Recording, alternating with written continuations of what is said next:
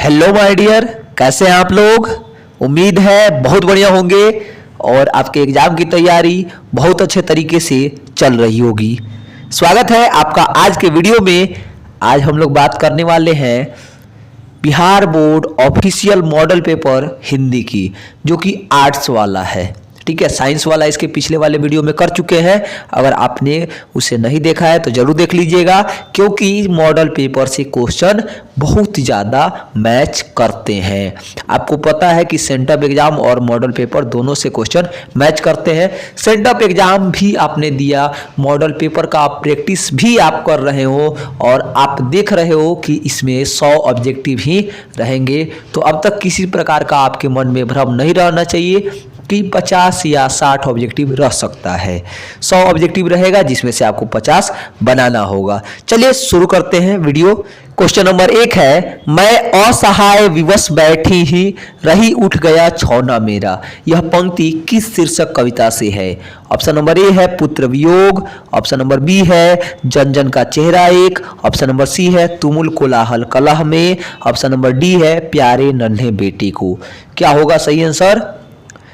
तो सही आंसर होगा ऑप्शन नंबर ए पुत्र वियोग। देखिए, कभी भी पुत्र से संबंधित कोई भी कविता आए, पुत्र से रिलेटेड, तो पुत्र वियोग ही होगा। चलिए देखते हैं क्वेश्चन नंबर 2। क्वेश्चन नंबर 2 है, जयप्रकाश नारायण को समाज सेवा के लिए किस पुरस्कार से सम्मानित किया गया था। देखिए, ऑप्शन नंबर ए है गांधी सम्मान से, ऑप्शन नंबर बी है अर्जुन पुरस्कार से, ऑप्शन नंबर सी है नोबेल पुरस्कार से, ऑप्शन नंबर डी है मैग्सेसे सम्मान से। क्या होगा सही आंसर? तो सही आंसर आपको पता है, ऑप्शन नंबर डी मैग्सेसे सम्मान से। देखते हैं क्वेश्चन नंबर 3। जयप्रकाश नारायण का जन्म स्थान कहाँ है। ऑप्शन नंबर ए है Sitab Diyara Saran Bihar, option number B है Madhya Pradesh, option number C है Lamhi Varanasi, option number D है इलाहाबाद उत्तर प्रदेश। क्या होगा सही आंसर? तो सही आंसर होगा ऑप्शन नंबर ए सिताब दियारा सारण बिहार।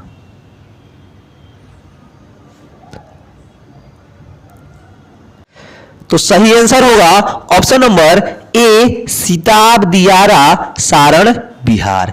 देखते हैं क्वेश्चन नंबर 4। कह रहा है रामधारी सिंह दिनकर का जन्म कहाँ हुआ था। ऑप्शन नंबर ए है Lamhi Varanasi, option number B है इटारसी, ऑप्शन नंबर सी है Simaria Begusarai Bihar, option number D है झारखंड रांची झारखंड। क्या होगा सही आंसर? सही आंसर होगा option number C Simaria Begusarai Bihar. चलिए देखते हैं क्वेश्चन नंबर 5। चलिए क्वेश्चन नंबर 5 है, अर्धनारीश्वर में कल्पित रूप क्या है। राम और सीता का, राधा और कृष्ण का, शंकर और पार्वती का, गणेश और लक्ष्मी का। तो सही आंसर आपको पता है कि अर्धनारीश्वर जो रूप है वो शंकर और पार्वती का कल्पित रूप है। देखते हैं क्वेश्चन नंबर 6 है, रामधारी सिंह दिनकर को किस रचना पर ज्ञानपीठ पुरस्कार मिला था। उर्वशी, अर्धनारीश्वर, कविता की खोज, दिनकर की डायरी। सही आंसर होगा ऑप्शन नंबर ए उर्वशी। याद होगा आपको। चलिए, रोज शीर्षक कहानी में 7 नंबर क्वेश्चन है, रोज शीर्षक कहानी में मालती के पति किस व्यवसाय से जुड़े थे। ऑप्शन नंबर ए है डॉक्टर, ऑप्शन नंबर बी है इंजीनियर, ऑप्शन नंबर सी है वकील, ऑप्शन नंबर डी है ऑफिसर। सही आंसर होगा ऑप्शन नंबर ए डॉक्टर। गैंग्रीन रोग का इलाज करते थे। चलिए क्वेश्चन नंबर 8 है, रोज शीर्षक कहानी में महेश्वर कौन सा फल लाए थे। ऑप्शन नंबर ए है सेब, ऑप्शन नंबर बी है आम, ऑप्शन नंबर सी है केला, ऑप्शन नंबर डी है चीकू। क्या होगा सही आंसर? तो सही आंसर होगा ऑप्शन नंबर बी आम। महेश्वर क्या लेके आए थे? आम लेकर आए थे। देखते हैं क्वेश्चन नंबर 9 है, सन 1926 में भगत सिंह ने किस दल का गठन किया था।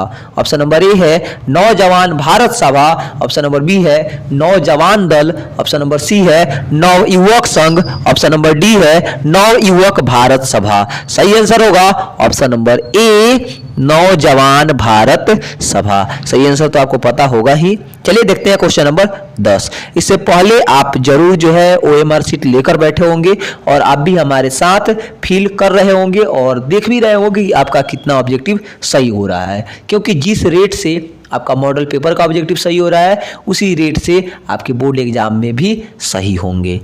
चलिए देखते हैं क्वेश्चन नंबर 10।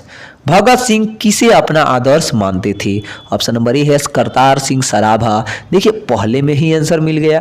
दूसरा है स्वर्ण सिंह, तीसरा है गणेश शंकर विद्यार्थी और चौथा है चंद्रशेखर आजाद। तो सही आंसर तो हमको पहले ही पता चल गया था, करतार सिंह सराभा, ऑप्शन नंबर ए। देखते हैं 11 नंबर क्वेश्चन। धांगड़ किस जगह से आए थे? ऑप्शन नंबर ए है दक्षिण बिहार, ऑप्शन नंबर बी है उड़ीसा, ऑप्शन नंबर सी है राजस्थान, ऑप्शन नंबर डी है महाराष्ट्र। क्या होगा सही आंसर? सही आंसर होगा ऑप्शन नंबर ए दक्षिण बिहार। देखते हैं क्वेश्चन नंबर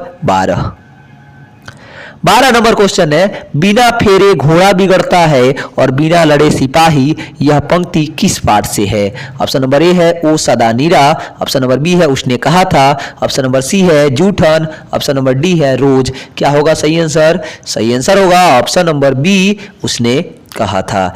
देखते हैं क्वेश्चन नंबर 13 नंबर क्वेश्चन है, सिपाही की मां शीर्षक एकांकी में बिस्नी चारपाई के पास मोढ़े पर बैठी क्या करती दिखाई देती है? ऑप्शन नंबर ए है सूत कातती, ऑप्शन नंबर बी है स्वेटर बुनती, ऑप्शन नंबर सी है चटाई बुनती, ऑप्शन नंबर डी है चावल चुनती। क्या होगा सही आंसर? तो सही आंसर होगा ऑप्शन नंबर ए सूत कातती, मोढ़े पर बैठकर क्या काटती रहती है? सूत काटती रहती है। देखते हैं question number 14।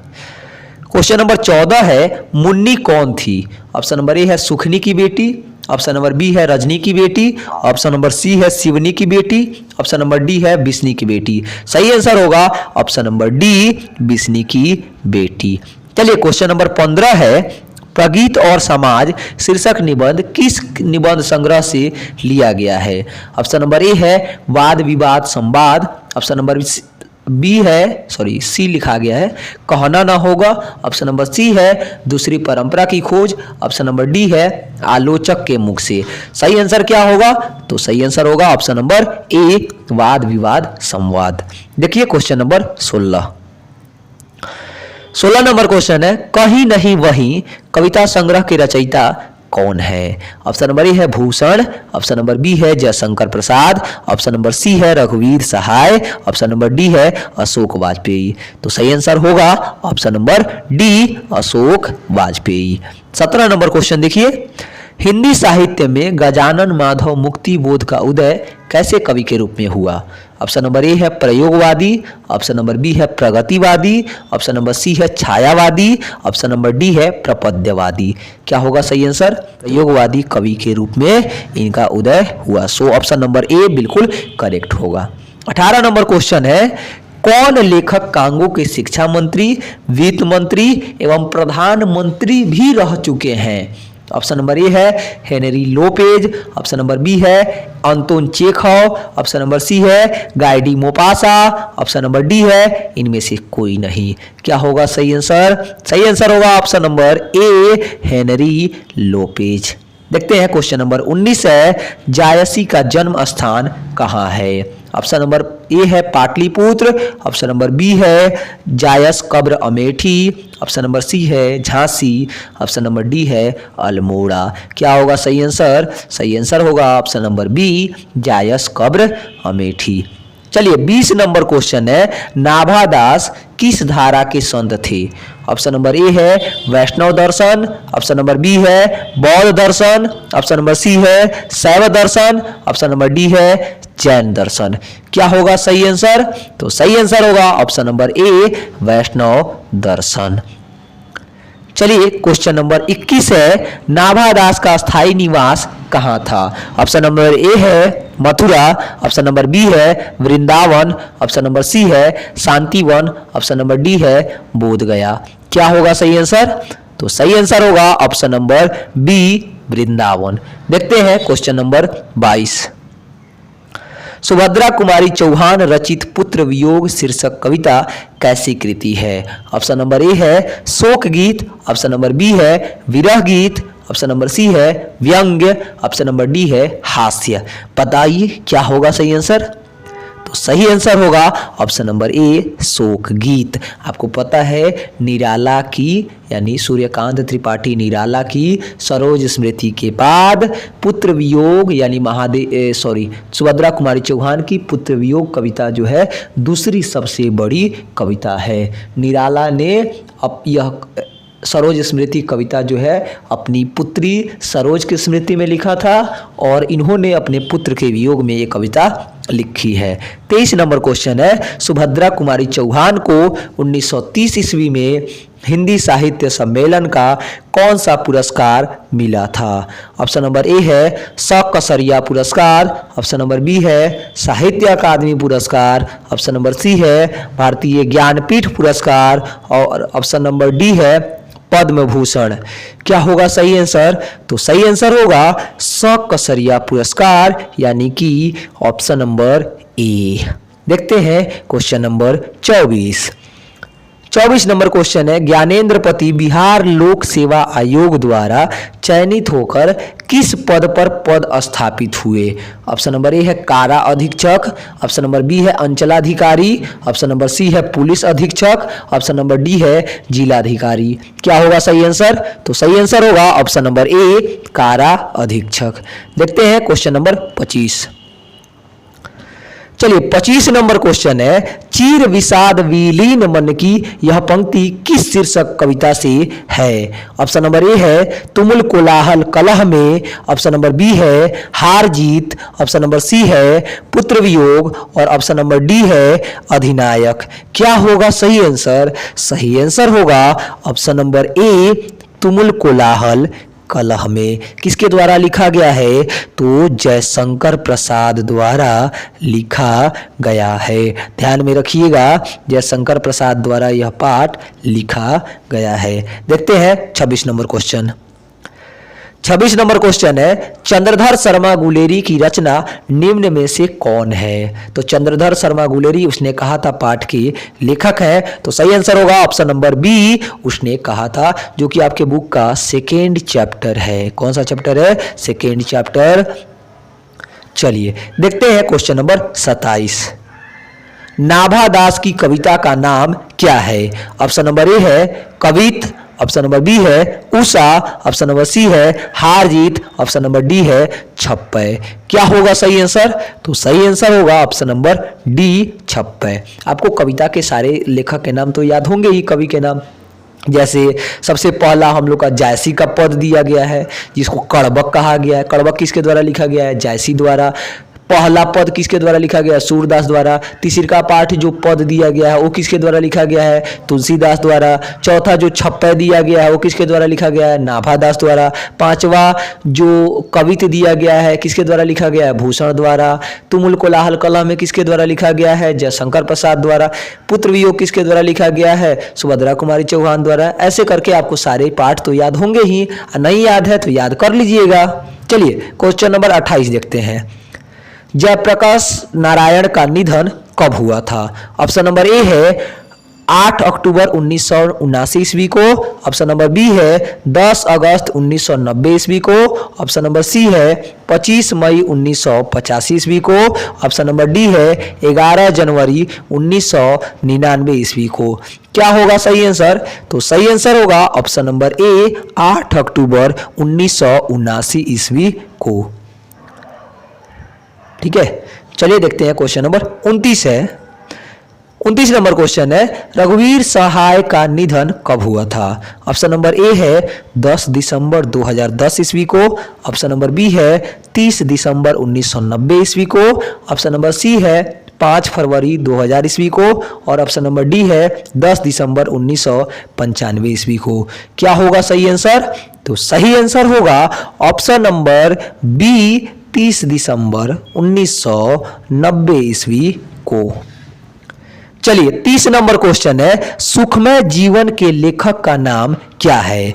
Option number A है Chandradhar Sharma Guleri, option number B है Om Prakash Valmiki, option number C है मलयज, ऑप्शन नंबर डी है उदय प्रकाश। देखिए 3 कहानियां, सुखमय जीवन, बुद्धू का कांटा और उसने कहा था, इन तीनों के लेखक जो है चंद्रधर शर्मा गुलेरी है। तो सही आंसर होगा ऑप्शन नंबर ए, चंद्रधर शर्मा गुलेरी। ध्यान में रखिएगा कि यह जो कहानी है सुखमय जीवन 1911 ईस्वी में प्रकाशित हुआ था। इसके अलावा है बुद्धू का कांटा, ये भी ध्यान में रखिएगा। बुद्धू का कांटा जो है किसके द्वारा कब प्रकाशित हुआ था? ये भी 1911 में प्रकाशित हुआ था। इसके अलावा तीसरा जो है उसने कहा था, एक कब प्रकाशित हुआ था? 1915 में। चलिए 31 नंबर क्वेश्चन है, पद्मावत की कवि का क्या नाम है? ऑप्शन नंबर ए है जायसी, ऑप्शन नंबर बी है कबीरदास, ऑप्शन नंबर सी है तुलसीदास, ऑप्शन नंबर डी है सूरदास। क्या होगा सही आंसर? सही आंसर होगा ऑप्शन नंबर ए, जायसी। और कड़बक पाठ के लेखक भी कौन है? जायसी ही है। कड़बक कहाँ से लिया गया है? पद्मावत से लिया गया है। चलिए 32 नंबर क्वेश्चन देखते हैं। 32 नंबर क्वेश्चन है, उर्वशी के रचयिता का नाम क्या है? ऑप्शन नंबर ए है Mohan Rakesh, option number B है Ramdhari Singh Dinkar, option number C है मलयाज, ऑप्शन नंबर डी है जे कृष्णमूर्ति। अभी अभी मैंने आपको रामधारी सिंह दिनकर की रचनाओं का नाम याद करवाया है। ऑप्शन नंबर बी बिल्कुल करेक्ट होगा। उर्वशी पर इनको ज्ञानपीठ पुरस्कार भी मिला हुआ है। चलिए देखते हैं 33 नंबर क्वेश्चन, चांद का मुंह टेढ़ा है कि रचयिता का नाम क्या है? ऑप्शन नंबर ए है मुक्तिबोध, ऑप्शन नंबर बी है अज्ञेय, ऑप्शन नंबर सी है दिनकर, ऑप्शन नंबर डी है ज्ञानेंद्रपति। क्या होगा सही आंसर? तो सही आंसर होगा ऑप्शन नंबर ए, मुक्तिबोध। मुक्तिबोध का पूरा नाम क्या है? गजानन माधव मुक्तिबोध। चलिए 34 नंबर क्वेश्चन है, दानव दुरात्मा एक, मानव की आत्मा एक। यह पंक्ति किस शीर्षक कविता से है? तो समझ लीजिएगा कि जहां पर भी एक लगा रहे ना, एक, वहां पे जरूर होगा जन जन का चेहरा एक, यानी कि ऑप्शन नंबर डी। जहां पर भी आपको एक दिख जाए समझ जाइएगा कि वह जन जन का चेहरा एक कविता की पंक्ति है। यही पहचान का तरीका है।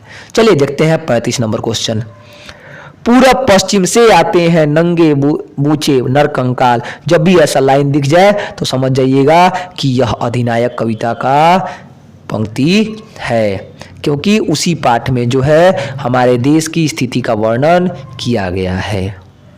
चलिए 36 नंबर क्वेश्चन है, तेरी कुड़माई हो गई।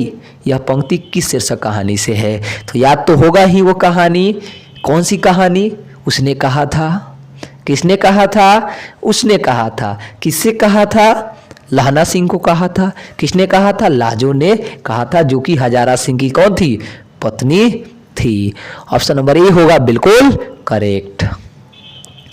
चलिए 37 नंबर क्वेश्चन है, अज्ञेय रचित पाठ का क्या नाम है? ऑप्शन नंबर ए है रोज, ऑप्शन नंबर बी है शिक्षा, ऑप्शन नंबर सी है तिरिच, ऑप्शन नंबर डी है ओ सदा नीरा। क्या होगा सही आंसर? सही आंसर होगा ऑप्शन नंबर ए, रोज। इस कहानी का नाम पहले क्या था? पहले इस कहानी का नाम था गैंग्रीन। ध्यान में रखिएगा, कौन सा क्या नाम था? गैंग्रीन। यहाँ पे नहीं होगा, गैंग्रीन नाम था इसका। चलिए 38 नंबर क्वेश्चन देखते हैं। 38 नंबर क्वेश्चन है, ओम प्रकाश वाल्मीकि रचित आत्मकथा का नाम क्या है? ऑप्शन नंबर ए है सिपाही की मां, ऑप्शन नंबर बी है प्रगीत और समाज, ऑप्शन नंबर सी है जूठन और ऑप्शन नंबर डी है तिरिच। क्या होगा सही आंसर? तो सही आंसर होगा ऑप्शन नंबर सी, जूठन। ओम प्रकाश वाल्मीकि की अपनी आत्मकथा क्या है? जूठन है। चलिए 39 नंबर क्वेश्चन है, विनोद कुमार शुक्ल रचित कविता का नाम बतावें। ऑप्शन नंबर ए है प्यारे नन्हे बेटे को, ऑप्शन नंबर बी है छप्पे, ऑप्शन नंबर सी है गुस्सा, ऑप्शन नंबर डी है अधिनायक। क्या होगा सही आंसर? तो सही आंसर होगा ऑप्शन नंबर ए, प्यारे नन्हे बेटे को। देखते हैं क्वेश्चन नंबर 40। चलिए 40 नंबर क्वेश्चन है, ज्ञानेंद्र पति रचित कविता का नाम क्या है? ऑप्शन नंबर ए है हार जीत, ऑप्शन नंबर बी है गांव का घर, ऑप्शन नंबर सी है उषा और ऑप्शन नंबर डी है पुत्र वियोग। क्या होगा सही आंसर? तो ऑप्शन नंबर बी, गांव का घर। हार जीत नहीं होगा। हार जीत के लेखक कौन है? इसके लेखक है अशोक वाजपेयी। ध्यान में होगा ही आपको, कौन है? अशोक वाजपेयी हैं। पुत्र वियोग के लेखक कौन है? इसके लेखक है आपके सुभद्रा कुमारी चौहान। और चलिए देखते हैं क्वेश्चन नंबर 41। लहना सिंह किस कहानी का पात्र है? ऑप्शन नंबर ए है रोज, ऑप्शन नंबर बी है तिरिच, ऑप्शन नंबर सी है उसने कहा था, ऑप्शन नंबर डी है इनमें से कोई नहीं। क्या होगा सही आंसर? सही आंसर होगा ऑप्शन नंबर सी, 41 का ऑप्शन नंबर सी। चलिए देखते हैं 42 नंबर क्वेश्चन। 42 नंबर क्वेश्चन है, महेश्वर किस कहानी का पात्र है? अच्छा, महेश्वर पहले है कौन? मालती का पति। मालती किस कहानी में है? रोज में। तो सही आंसर होगा ऑप्शन नंबर बी। चलिए 43 नंबर क्वेश्चन है, ब्रजराज कुंवर किस कविता का पात्र है? ब्रजराज कुंवर किस में कहा गया है? भगवान श्री कृष्ण को कहा गया है। भगवान श्री कृष्ण पर कविता कौन लिखा है? सूरदास लिखे हैं। तो सही आंसर क्या होगा? ऑप्शन नंबर ए होगा, सूर के पद। चलिए 44 नंबर क्वेश्चन है, छत्रसाल किस कविता का पात्र है? ऑप्शन नंबर ए है कवित, ऑप्शन नंबर बी है कड़बक, ऑप्शन नंबर सी है अधिनायक और ऑप्शन नंबर डी है उषा। कड़बक किस पर लिखा गया है? तो पद्मावत पर, यानी इसमें पद्मावती का वर्णन किया गया है। सॉरी, इसमें जो है लेखक अपने बारे में लिखे हुए हैं। अधिनायक में किसके? सरकार के ऊपर लिखा गया है। उषा किसको लिखा गया है? उषा में प्रातः काल का वर्णन किया गया है। तो सही आंसर क्या होगा? Option number A, Chhatrasal, sorry कवित में छत्रसाल का वर्णन किया गया है। चलिए 45 नंबर क्वेश्चन है, रामधारी सिंह दिनकर किस काल के कवि हैं? ऑप्शन नंबर ए है आधुनिक काल, ऑप्शन नंबर बी है भक्ति काल, ऑप्शन नंबर सी है रीति काल, ऑप्शन नंबर डी है आदि काल। क्या होगा सही आंसर? सही आंसर होगा ऑप्शन नंबर ए, आधुनिक काल। देखते हैं क्वेश्चन नंबर 46। जायसी किस काल के कवि हैं? ऑप्शन नंबर ए है आदिकाल, ऑप्शन नंबर बी है भक्ति काल, ऑप्शन नंबर सी है रीति काल और ऑप्शन नंबर डी है आधुनिक काल। तो सही आंसर होगा ऑप्शन नंबर बी, भक्ति काल। भक्ति काल में भी जो है ये निर्गुण भक्ति धारा के कवि हैं। कौन से भक्ति धारा? निर्गुण भक्ति धारा के कवि हैं, सगुण के नहीं है, ध्यान में रखिएगा। चलिए 47 नंबर क्वेश्चन देखते हैं। ओ सदा नीरा शीर्षक पाठ हिंदी साहित्य की कौन सी विधा है? ऑप्शन नंबर ए है एकांकी, ऑप्शन नंबर बी है यात्रा वृतांत, ऑप्शन नंबर सी है निबंध, ऑप्शन नंबर डी है कहानी। क्या होगा सही आंसर? तो सही आंसर होगा ऑप्शन नंबर सी, निबंध। ओ सदा नीरा क्या है? निबंध है। अर्धनारीश्वर क्या है? ललित निबंध है। बातचीत क्या है? निबंध है। ध्यान में रखिएगा इन सबको। चलिए 48 नंबर क्वेश्चन देखते हैं। हंसते हुए मेरा अकेलापन शीर्षक पाठ हिंदी साहित्य की कौन सी विधा है? तो देखिए इस पूरे बुक में एक ही तो है जो कि डायरी का अंश है, वह है हंसते हुए मेरा अकेलापन। तो इसीलिए सही आंसर होगा ऑप्शन नंबर डी। देखते हैं 49 नंबर क्वेश्चन। कड़बक शीर्षक कविता किस महाकाव्य का अंश है? अभी मैंने आपको बताया। ऑप्शन नंबर ए है पद्मावत, ऑप्शन नंबर बी है कामायनी, ऑप्शन नंबर सी है मुकुल, ऑप्शन नंबर डी है सूरसागर। तो सही आंसर होगा ऑप्शन नंबर ए, पद्मावत।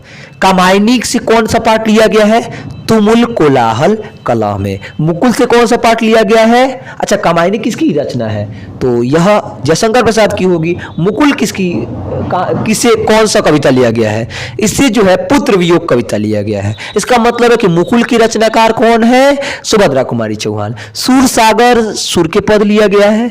इसका मतलब है इसके रचनाकार कौन है? इसके रचनाकार हुए सूरदास। देखते हैं 50 नंबर क्वेश्चन। सूरदास के दोनों पद किस महाकाव्य का आंसर है? अभी मैंने आपको इसका आंसर बता दिया। क्या होगा सही आंसर? सही आंसर होगा सूरसागर। चलिए देखते हैं 51 नंबर क्वेश्चन। पुत्र वियोग शीर्षक कविता किस प्रतिनिधि काव्य का अंश है? अभी मैंने आपको इसका आंसर बता दिया कि मुकुल से लिया गया है। रचनाकार कौन है? तो सुभद्रा कुमारी चौहान है। देखते हैं 52 नंबर क्वेश्चन। कुछ बढ़िया प्रश्न मिल जाए।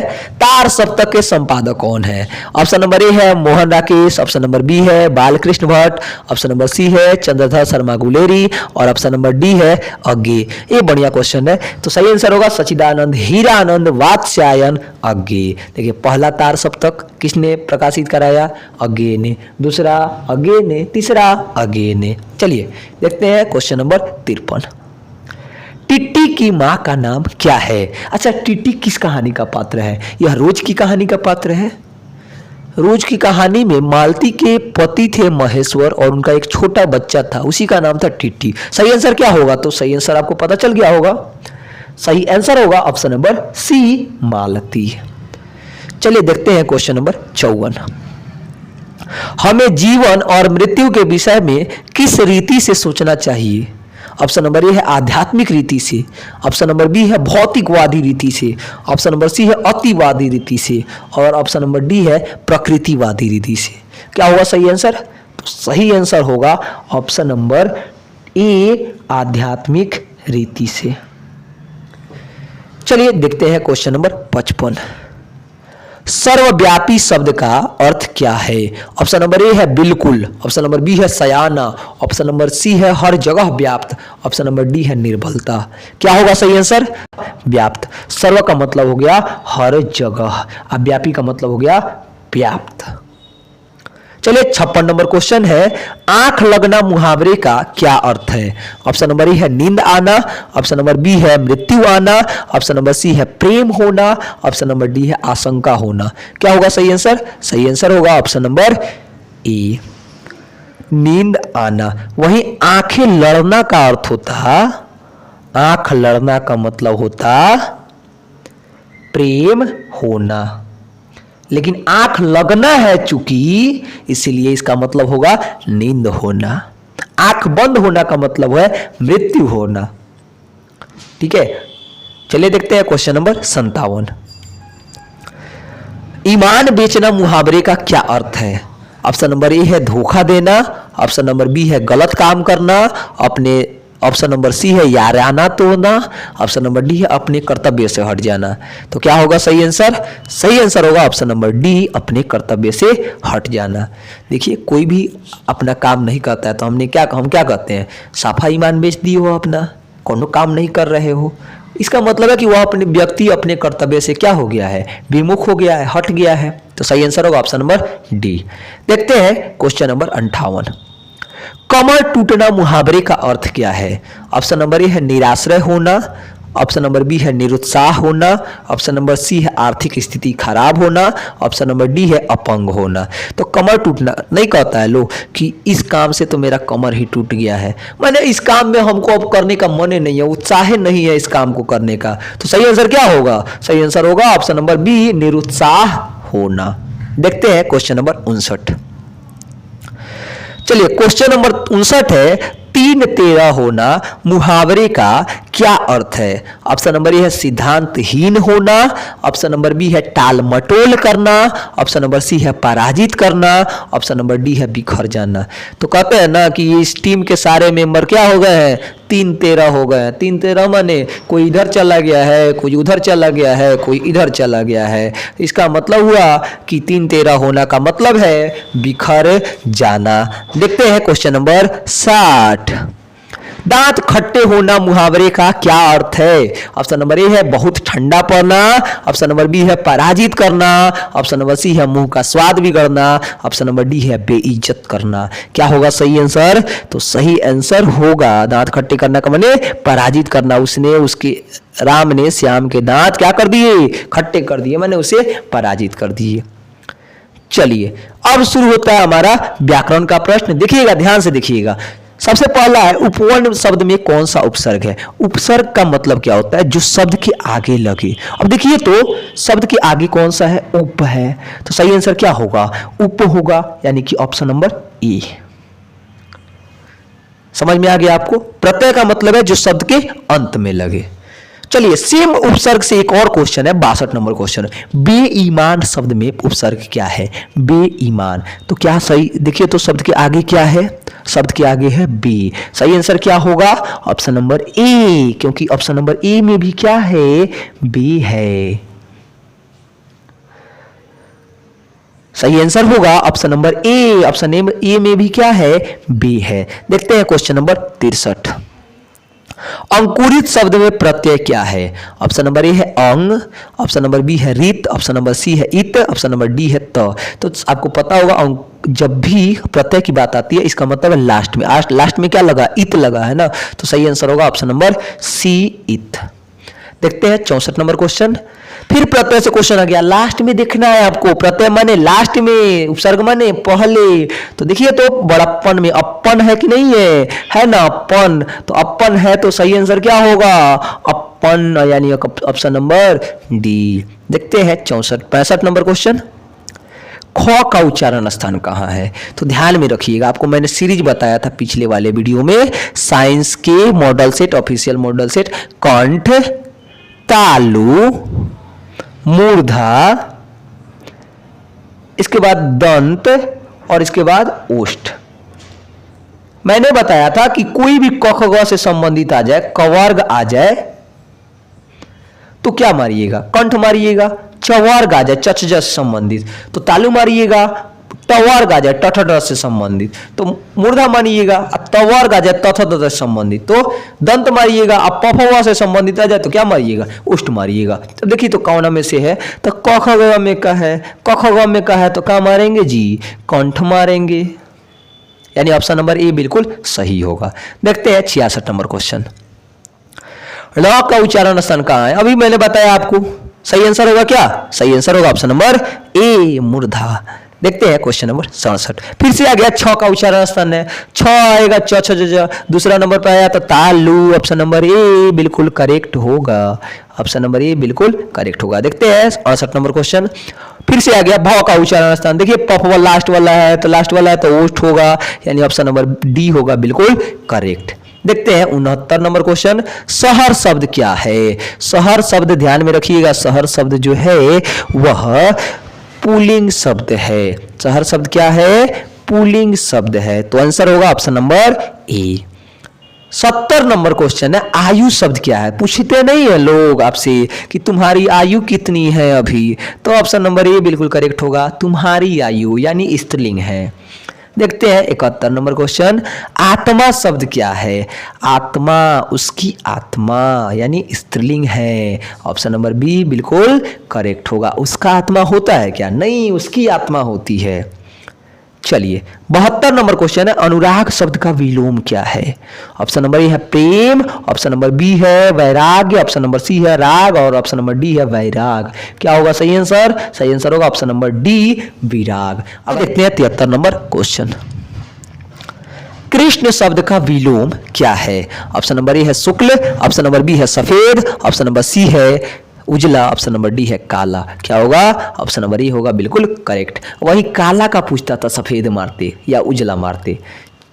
चलिए देखते हैं 74 नंबर प्रश्न। अस्थावर शब्द का विलोम क्या है? अस्थावर माने एक जगह रहने वाला और जंगम माने होता है हमेशा विचरण करते रहने वाला, यानी सही आंसर होगा ऑप्शन नंबर ए जंगम। देखते हैं 75 नंबर प्रश्न। स्तुति शब्द का विलोम क्या है? ऑप्शन नंबर ए है द्वेष, ऑप्शन नंबर बी है शिकायत, ऑप्शन नंबर सी है निंदा, ऑप्शन नंबर डी है दोष। क्या होगा सही आंसर? सही आंसर होगा ऑप्शन नंबर डी निंदा। स्तुति का विलोम होता है अस्तुति, अ लगा देते हैं। अस्तुति का मतलब होता है निंदा।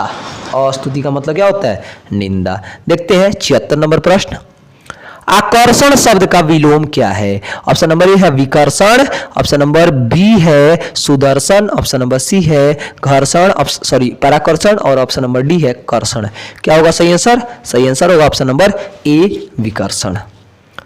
चलिए 77 नंबर प्रश्न है, स्वर्ण शब्द का विशेषण क्या होगा? ऑप्शन नंबर ए है स्वर्णिम, ऑप्शन नंबर बी है स्वर्णाभ, ऑप्शन नंबर सी है सुवर्ण, ऑप्शन नंबर डी है स्वर्णकार। क्या होगा सही आंसर? सही आंसर होगा ऑप्शन नंबर ए स्वर्णिम। चलिए 78 नंबर प्रश्न है, जगत शब्द का विशेषण क्या होगा? ऑप्शन नंबर ए है जगदीश, ऑप्शन नंबर बी है जागतिक, ऑप्शन नंबर सी है जागना, ऑप्शन नंबर डी है जग। क्या होगा सही आंसर? देखिए जगदीश जो है नाउन है तो विशेषण तो है ही नहीं, जागना क्रिया है, जग जो है, जग का मतलब तो संसार होता है, ये भी संज्ञा है। इसका मतलब है कि सही आंसर होगा ऑप्शन नंबर बी जागतिक। देखते हैं 79 नंबर क्वेश्चन। दिन शब्द का विशेषण क्या होगा? ऑप्शन नंबर ए है दैनिक, ऑप्शन नंबर बी है दिनकर, ऑप्शन नंबर सी है दिन भर, ऑप्शन नंबर डी है सुदिन। क्या होगा सही आंसर? सही आंसर होगा ऑप्शन नंबर ए दैनिक। चलिए 80 नंबर क्वेश्चन है, पुराण शब्द का विशेषण क्या होगा? ऑप्शन नंबर ए है पुराणिक, ऑप्शन नंबर बी है पुराना, ऑप्शन नंबर सी है पौराणिक और ऑप्शन नंबर डी है धार्मिक। क्या होगा सही आंसर? तो सही आंसर होगा ऑप्शन नंबर सी पौराणिक। पुराणिक नहीं होगा, पुराणिक नहीं होगा। चलिए देखते हैं 81 नंबर प्रश्न। आ गया है सवाल, संज्ञा का सर्वनाम विशेषण के कितने भेद होते हैं? तो देखिए संज्ञा का पूछेगा, मैंने पहले ही स्पष्ट कर दिया है, संज्ञा का पूछेगा तो 5 मारेंगे, सर्वनाम का पूछेगा तो 6 मारेंगे, विशेषण का पूछेगा तो कितना मारेंगे? 4 मारेंगे। विशेषण का पूछेगा तो 4 मारेंगे, वाक्य का पूछेगा तो 3 मारेंगे और क्रिया का पूछेगा तो 2 मारेंगे। तो सही आंसर होगा ऑप्शन नंबर बी 4। देखते हैं 82 नंबर क्वेश्चन। निम्न में से संख्यावाचक विशेषण कौन है? ऑप्शन नंबर ए है 100, ऑप्शन नंबर बी है नया, ऑप्शन नंबर सी है अधिक, ऑप्शन नंबर डी है कम। क्या होगा सही आंसर? सही आंसर होगा ऑप्शन नंबर ए। संख्यावाचक विशेषण माने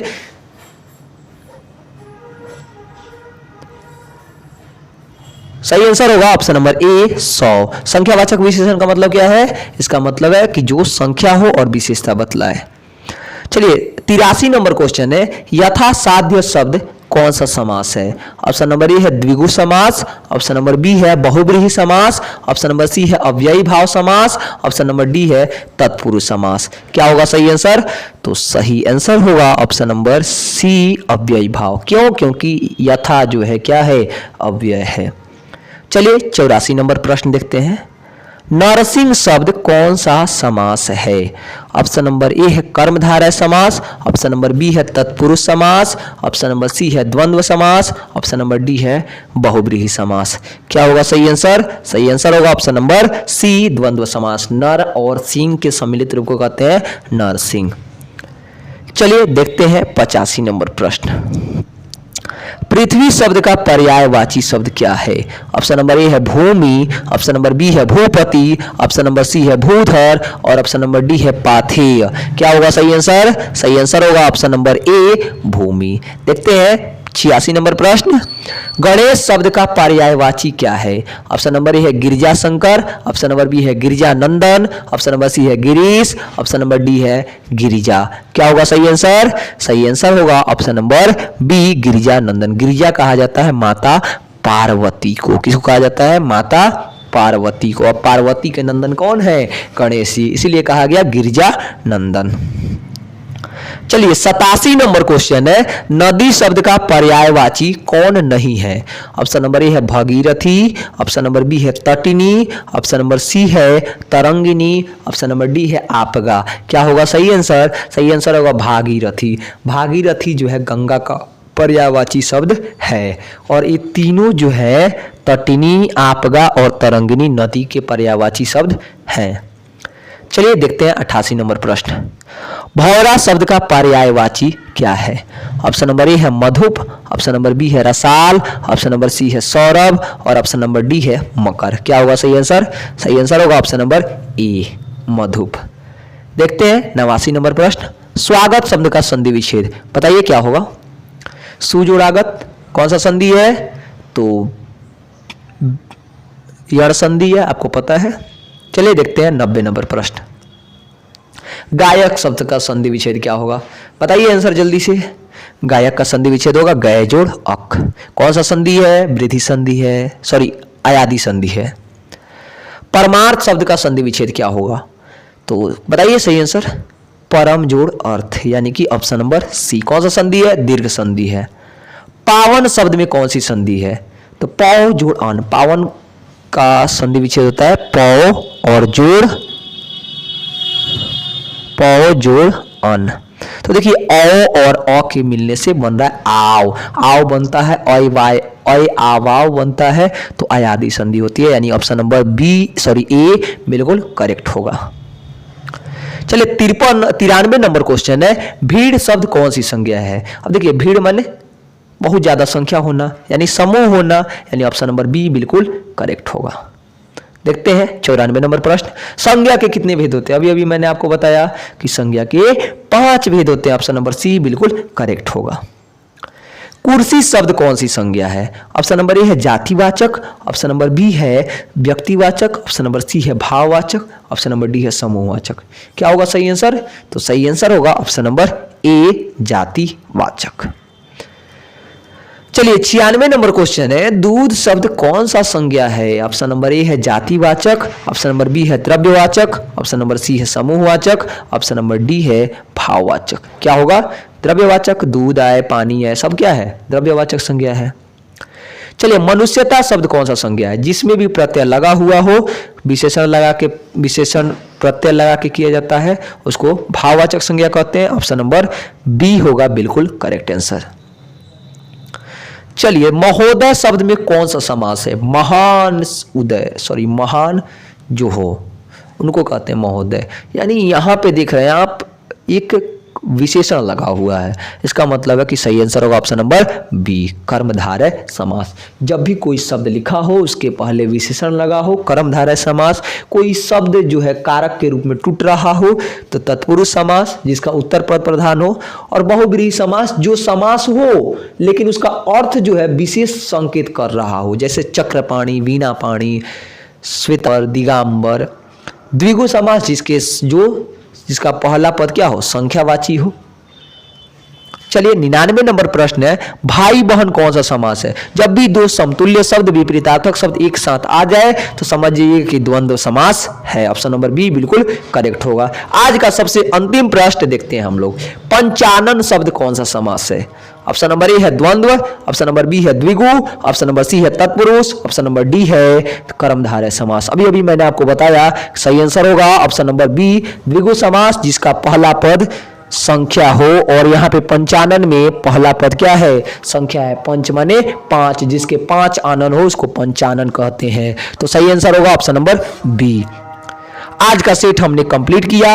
ये था आर्ट्स का हिंदी का मॉडल पेपर जो बिहार बोर्ड द्वारा जारी किया गया था।